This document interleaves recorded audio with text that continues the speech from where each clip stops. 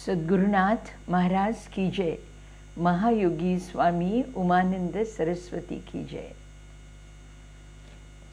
This is for my friends who speak English. Yes, welcome to the Academy. Today we are going to talk about meditation. Yes. The other day a person asked me the difference between SAGUN and NIRGUN. You see, in SAGUN there is a form to God which is given. Whether it is in the form of an idol or in the form of a person, we give the person a form, we give God a form. And then we interact, we relate, we accept, and we worship. There is someone for the eyes. It is a mental treat. All five sense organs enjoy that. The eyes can see someone. The ears, if you are attuned to it, will be able to interact through speech. Your mouth, you are going to also speak to God. You are going to feel the God. If it's in person, you are going to interact very beautifully. I'll give you a lot of incidents where you interact with Guru and the feeling behind is he or she is God. It's very beautiful. It's very beautiful. It's very beautiful. I remember, I will give you a very beautiful example. In the ashram, all the devotees who were going to salute my Gurudev were offering some small little purse in their own little ways. There was no compulsion, there was no demand. But there is a concept of Guru Dakshina which is common to all schools of thoughts. So someone went, they of course some carried fruits, some carried something else, some carried flowers, and unfortunately I was not in a position to offer anything. I had my own bad times.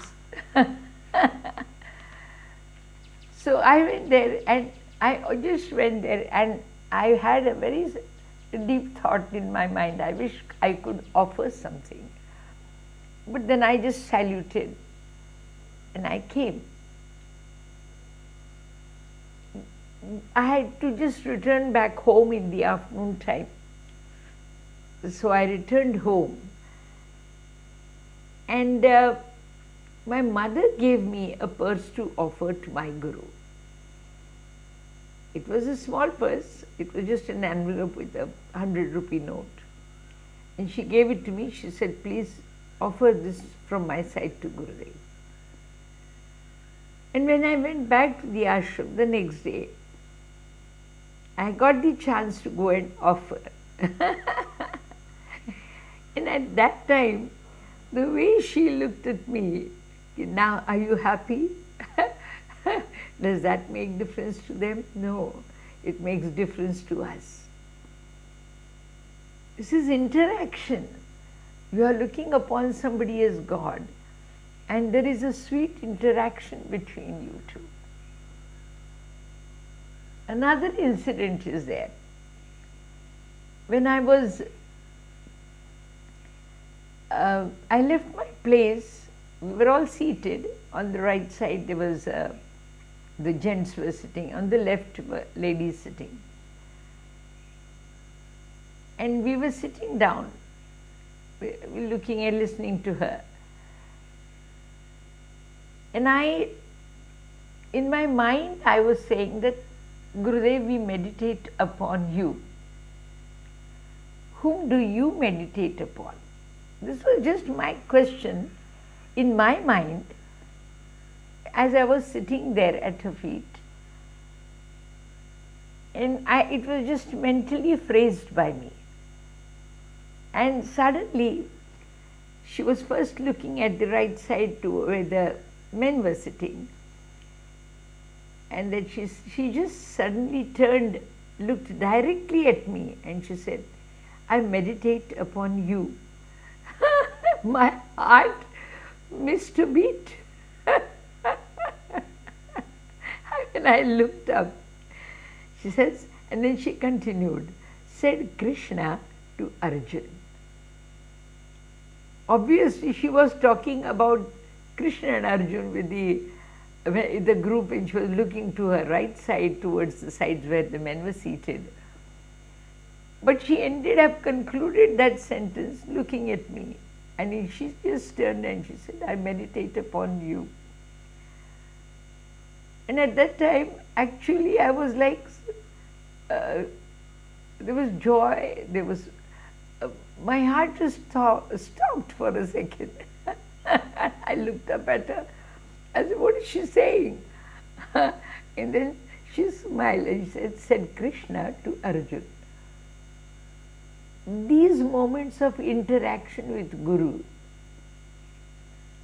they are the ones one must have. You must at least live for 1 year in Guru's ashram. At least a few days, few weeks, you must stay with the Guru. Because these interactions of love, of knowledge, of bliss, they are mixed. They are all mixed.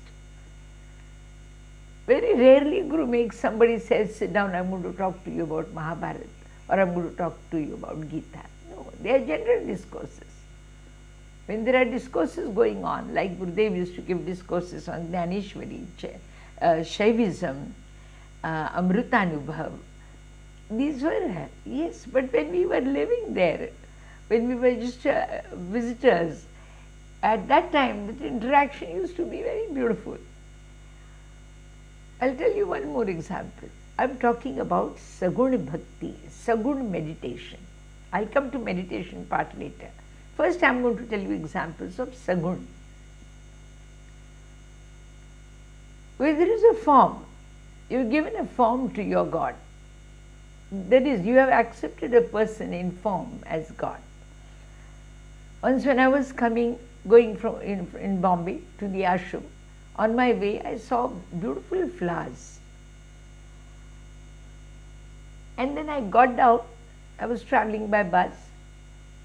I got down, I picked up those flowers. They were only for 5 rupees, they were a huge bunch of it. And then took them to the ashram. These flowers had no fragrance, but they were beautiful, large, colorful, osters or something they are, I believe. So I took them, and I was very thrilled that I had picked up something beautiful for my Guru. And I went to the ashram. The moment I landed on the top step of the ashram, one lady just came from the ashram and she looked at it. She says, "How silly of you to bring flowers which has no fragrance. Go keep them in the kitchen. There is a basket there. You keep them in that basket in the kitchen." I was little taken aback, but then of course there were rules in the ashram. They were seniors, so I went and I quietly kept the flowers. The moment I was keeping the flowers, I heard the bell in the ashram. And I heard my Guru's voice saying loudly, "See that the entire ashram is decorated by the flowers brought by Anuradha." That's me. I had tears of joy. I had tears of joy. These are the moments you get when you are with SAGUN Bhakti. There is a God before you in the form of a human person, or you personify that person, human person, as God. there is a beautiful relationship. It's a mixed relationship of love, fear. The body language is soft. You want to try and be your best self. You don't want to, you want to please that person. It's a very beautiful relationship. Now this is called SAGUN Bhakti. I will talk to you about Dhyan here. Meditation on SAGUN Bhakti. What is meditation on SAGUN Bhakti? Does it only talk about the person whom you are worshipping? It's talking about you forgetting your body, mind and intellect. Don't worry about the God. God is found everywhere. You have just now thought of the God being present in a form or in an idol. Yes, stories of Lord of Pandharpur, Vithala. He had come to meet Pundalik. He had come to meet Pundalik. And Pundalik was busy attending to his parents. So he throws a brick and says, please wait, let me finish my service to my parents.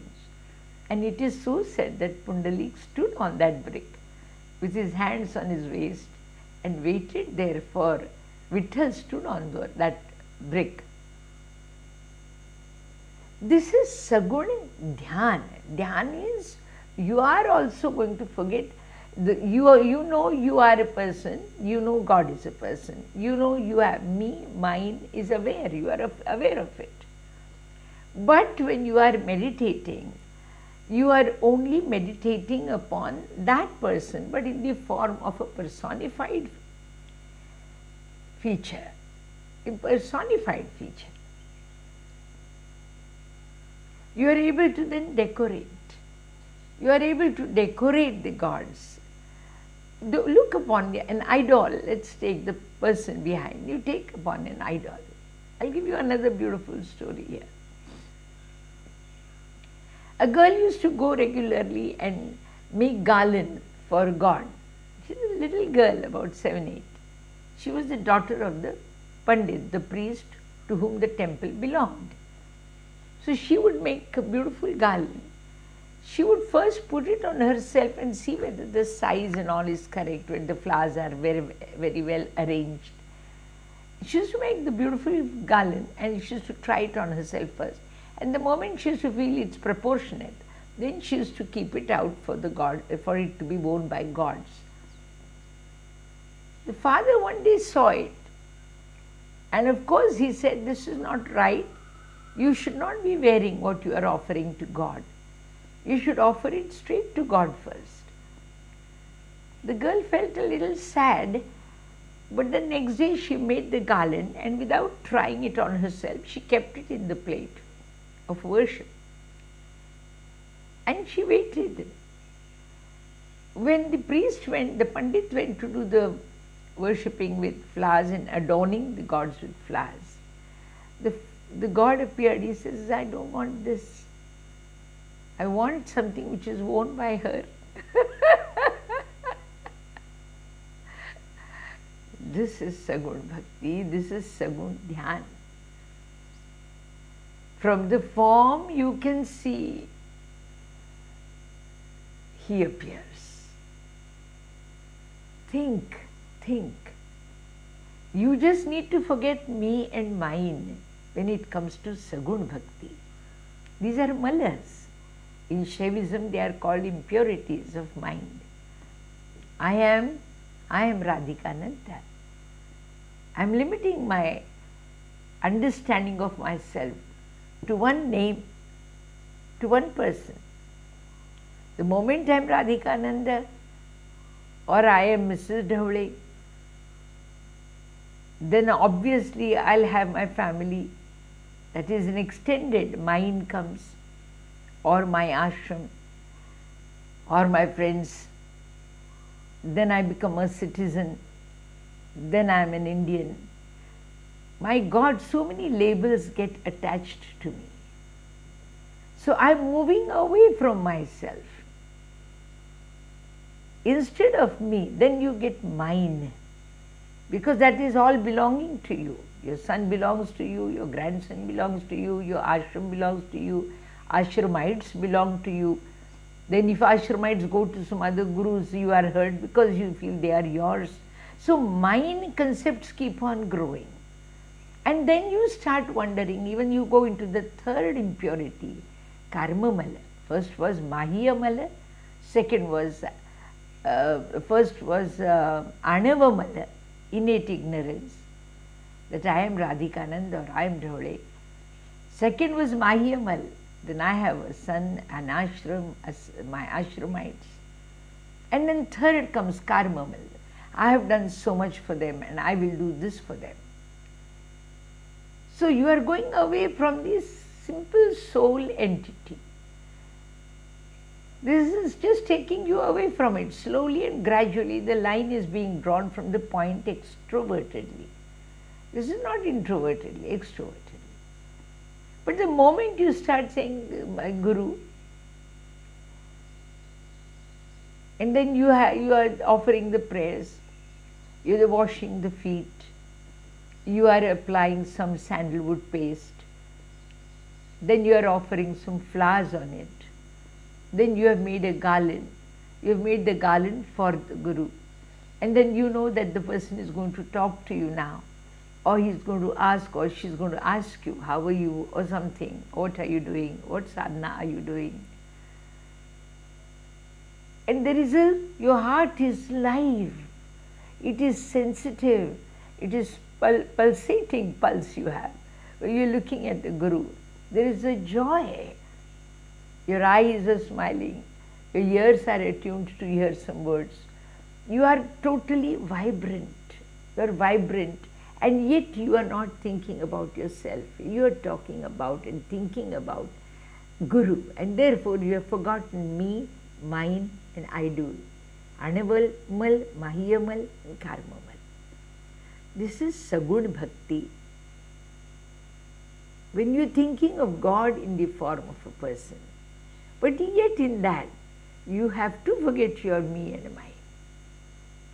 Now this is in the presence of Guru, in the presence of idol. Now sometimes there is no presence of idol there. Now let us take an example, Lord Shiva. You are sitting and meditating and Lord Shiva is nowhere. You don't even have a statue there. But you are fascinated by him. You are fascinated by the way he has snake in his neck, around his neck. He has a moon upon his head. He is totally blue in color. He has got a third eye. He has got a trishul in his hand, a trident in his hand. He has got a draksha around his neck. He is supposed to look one of the handsomest made man on earth. And then you don't have anything in front of you. It's neither a form nor an idol. It's just in the mind. It's an impression in the mind. And then when you are meditating, now you have also definitely forgotten yourself totally. You might end up in space near him, mentally. Mind is given a job. Mind also takes you to realms, highest realms of imagination. And there is a beautiful friendship between mind and thought and manifestation. If your mind reaches to highest realms of thinking, and then thoughts look into it and start repeatedly thinking about it, then the universe has the ability to manifest it before you. Now you are totally unaware of yourself as I am Dhawle. You are totally unaware where you are seated. You are somewhere mentally in space. You are seeing Lord Shiva in a larger size than any human form could be. So you have crossed even the parameters of forms, the various dimensions of forms, the height, the weight, the breadth, the time factor, the color, the combination. There are so many things which are non-applicable to the Shiva that you are seeing and to the human that you see. Everything is different there. Yes, that is the imagination which is going to take you there. But along with the imagination of your mind, the thoughts travel there. Jnana Shakti follows Ichha Shakti. And when the thoughts follow it, the thoughts have the capacity to manifest the unseen into seen. And then suddenly you come to a point where you feel he is live. Shiva is live. You reach out to touch him. I've got beautiful experiences of these also. That is Nirgun Bhakti. Nirgun Bhakti. One day I was very keen. I was in Bangalore and I was to speak on Kundalini Yoga. And I was just wondering how little I know about Kundalini except from the texts. What I had was information. It was not first-hand knowledge of experience at that age. But I had to talk because I was on this path of promoting. So I talked about Kundalini. So before I talked, I said, Gurudeva, I must know what is Kundalini. I must know it. And when I was saying Om Namah Shivaya, Om Namah Shivaya, I was reciting it in the form of a hymn. Om Namah Shivaya, Om Namah Shivaya, Om Namah Shivaya. My eyes were closed. The hall was entirely dark. There were devotees sitting around. The seekers were there. And then suddenly from nowhere I saw a very frail looking yogi coming towards me. He was very frail, very thin.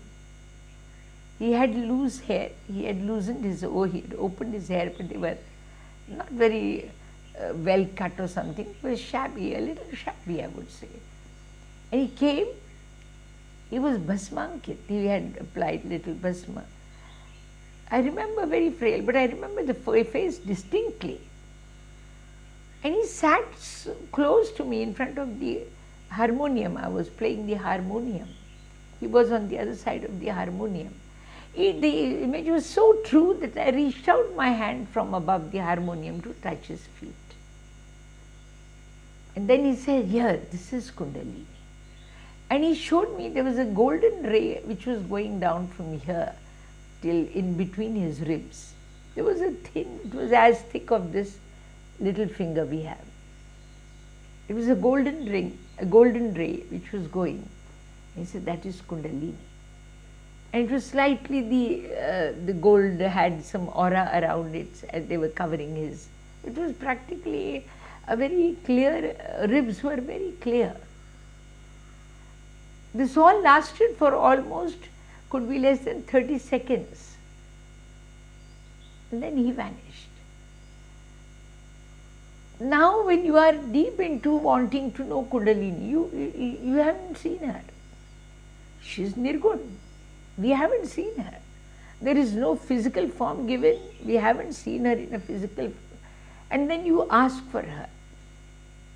Your appeal is so genuine that you tend to invite that because your mind has imagined something that I want to know about Kundalini. Your mind has aspired for it. The thought has expressed it. And the manifestation comes. That is Nirguna Bhakti. Don't worry about a form, God with form and God without form. It is when you forget your me and mine to such an extent that you traverse all the definitions of a human being applied to the God you are seeing. The form will be different, the aura will be different, the size will be different. When my Guru once more appeared to me to tell me the difference between Brahma and Maya, she looked as if she was made of bhasma, ashes, the white bhasma which we apply here. And I could just see an outline, and her eyes were black and distinct. She looked a little frail to me again. And we had a conversation. She said, "Who are you?" I said, "I'm Radhika." She says, "The I in you is Brahma and Radhika is Maya." After that, for 7 hours, I was glued to my sofa thinking about I and Radhika. I is not a single word. It's like a book which has got information of my life in it. I is not a single word. That I is repeated by hundreds and millions of people. That is Ekakshari Brahma.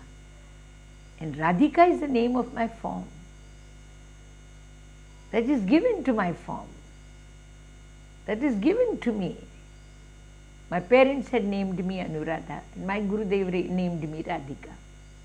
This is the name given to my form. But the I is the spirit. To tell me this, she had come out of an idol that I've installed. It becomes like a place for them. An idol becomes a place for gods to come and install there to interact with you. Once I was asked by a person in the United States, "Why do you worship God?" So I said, "What does that idol teach you?" He said, "Nothing. I don't learn anything from the idol." I said, think hard. What do you see? So what is so special about the idol? Then I told him, it doesn't move, it doesn't breathe.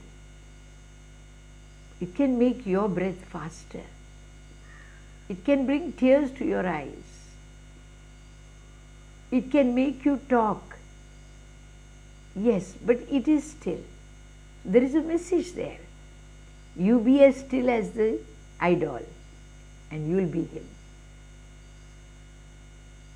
Nirgun and Sagun Bhakti. Nirgun Dhyan and Sagun Dhyan. The idea is you forget yourself. You forget me, I am so and so. You forget mine, I have my sons, my daughters, my family, my money, my bank balance, my houses, my friends, everything. For that moment, I am not saying forget it permanently, it's not possible. But when you are meditating,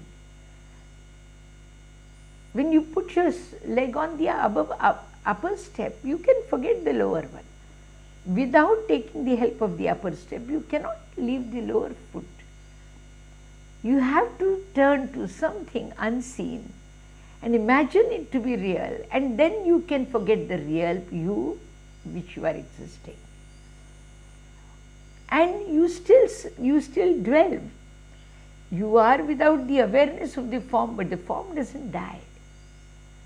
You are just aware yourself in another form, in a lighter version, in a transparent version, in a non-existent version. And you are there in front of. You have manifested, your imagination has soared so high that you have manifested it. And you have created a combination, you have created a conversation, a talk, something, all is different, all parameters you have crossed.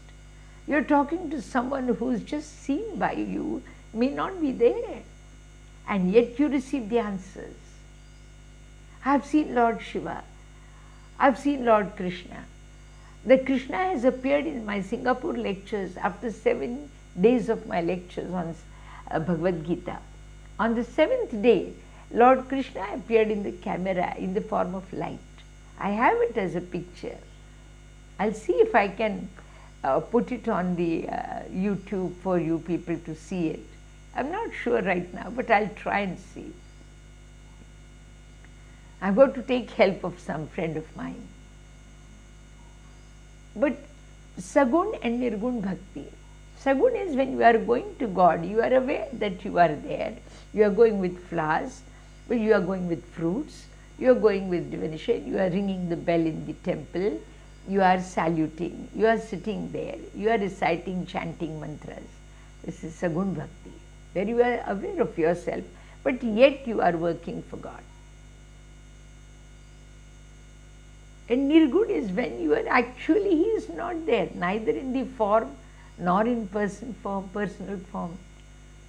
But yet you are so intensely involved and attached that you can sit and you can just imagine. This is the highest role of mind. The mind can soar so high, with, you can call it, let's call it a dream for a few moments, doesn't matter. It soars so high that the thoughts start following it.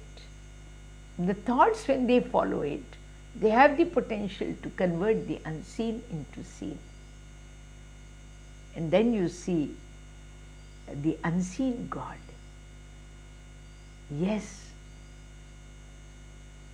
by the grace of my Guru, I have seen almost all saints. I have seen Santa Gnanadev. I have seen Gorakshanath.